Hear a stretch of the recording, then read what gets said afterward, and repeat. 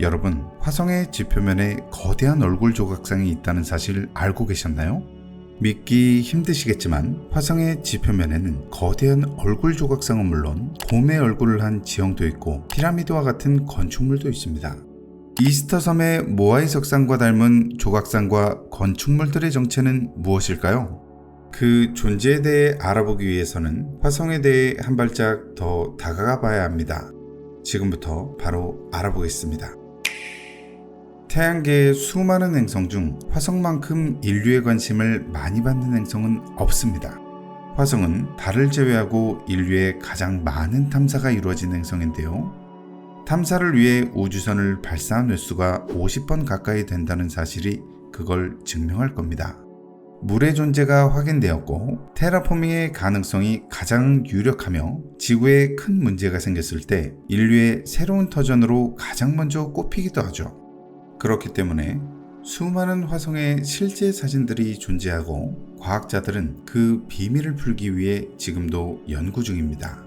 그런 사진들 중 가장 많은 논란이 있었던 사진들을 몇 가지 소개해드리고자 합니다.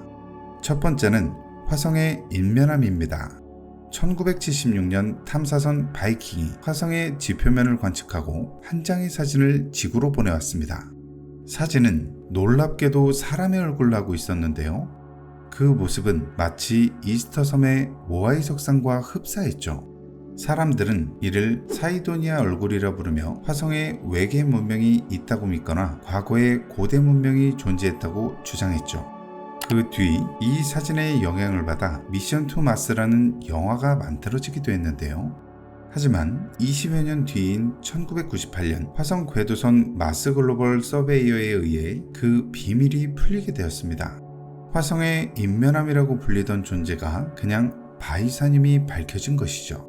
바이킹 탐사선이 보내온 사진이 화질이 낮기도 했고 그림자가 져서 생긴 착시 현상이었던 것입니다. 이는 피라미드의 경우도 다르지 않았습니다.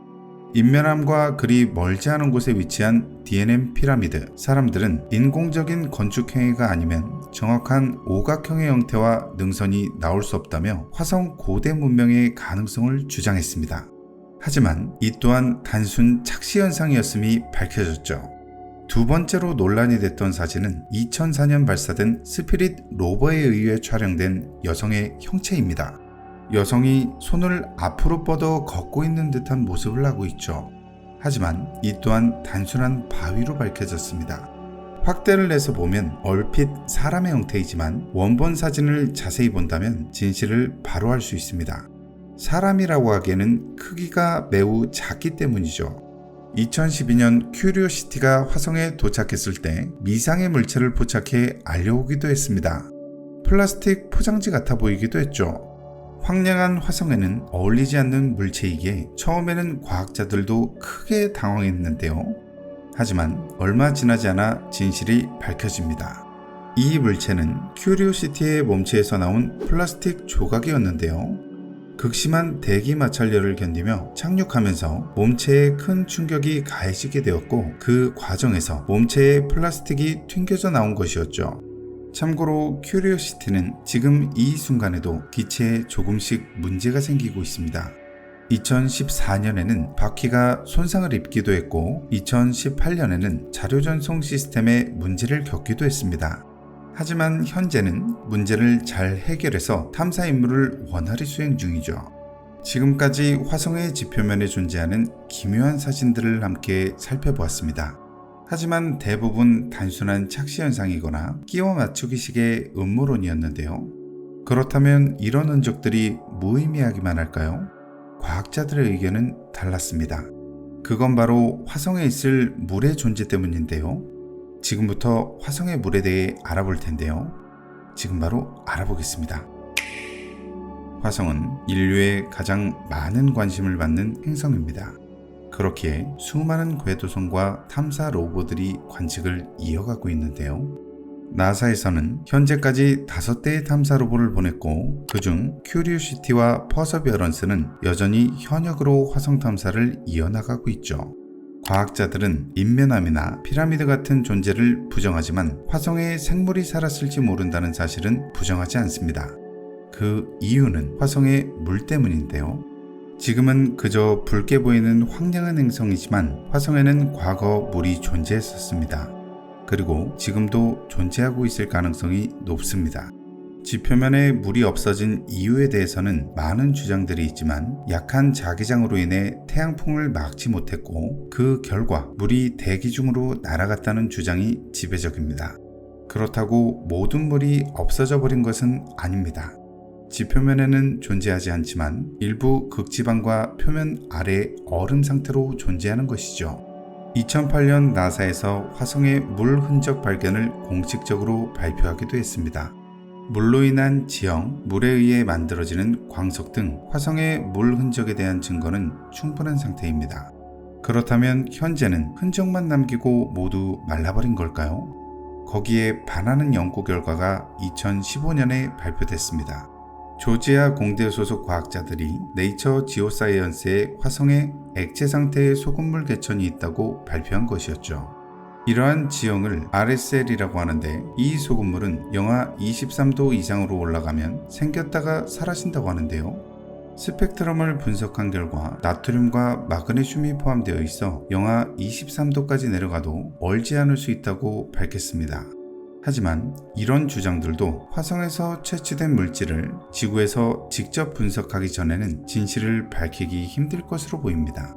그렇게 나사에서는 유럽 우주국과 함께 샘플 리턴 프로그램을 추진하고 있습니다. 이는 우주의 샘플들을 지구로 가져오는 임무이죠. 현재 계획대로라면 2033년에 샘플을 받아 연구를 해볼 수 있을 것으로 기대 중인데 화성의 지질학적 정보를 얻음은 물론이고 생명체의 존재 가능성에 대한 비밀도 풀 수 있을 것으로 기대되고 있습니다.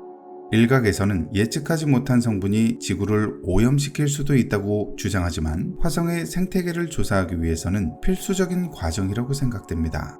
화성에 물이 존재했고 아직도 존재한다면 지구의 생태계와는 전혀 다른 생물들을 보게 될 겁니다.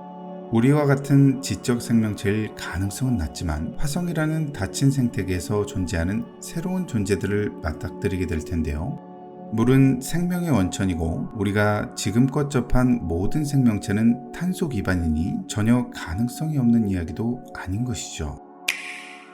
이런 음모론이 계속 주장되는 건 파레이돌리아, 즉 변상증으로 설명이 가능합니다.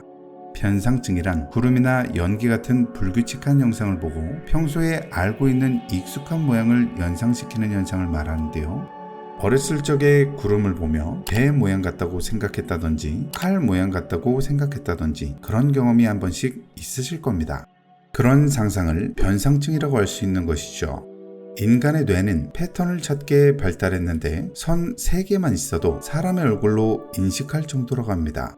이런 현상은 인류의 역사나 문화에서 수도 없이 많이 관찰되어 왔습니다.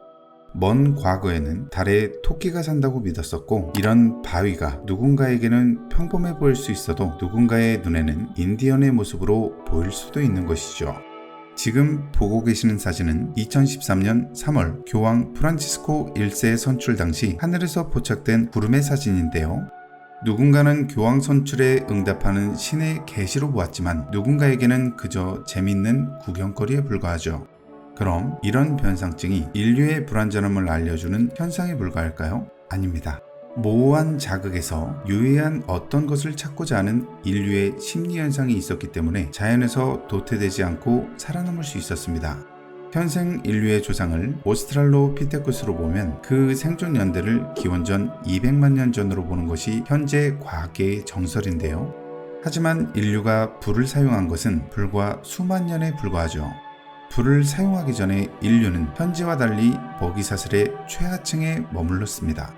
그렇기에 맹수들의 위협 앞에서 더 빨리 위험 요소를 파악하고 더 빨리 도망가는 게 중요했죠.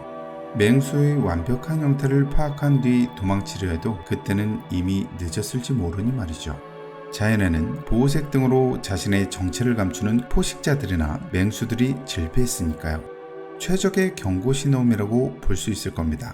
인류는 생존에 유리하게 진화해 왔기 때문에 당연히 얻게 된 일종의 능력 같은 것이라고 볼 수 있죠. 그럼 이제 먹이사슬의 최상층으로 간 인류에게 이런 변상증은 쓸모없는 능력일까요? 그렇지 않습니다. 현재도 이런 현상을 이용한 로르샤흐 테스트가 인격 진단 검사 분야에서 널리 쓰이고 있고, 미술이나 예술 분야에서는 예술적 장치로 널리 활용되고 있습니다. 각종 음모론을 양산하는 현상이긴 하지만 좋은 방향으로 활용하면 인류 발전에 더 많은 기여를 할 것은 분명하죠. 지금까지 화성의 기묘한 사진들과 그 진실에 대해 알아보았습니다.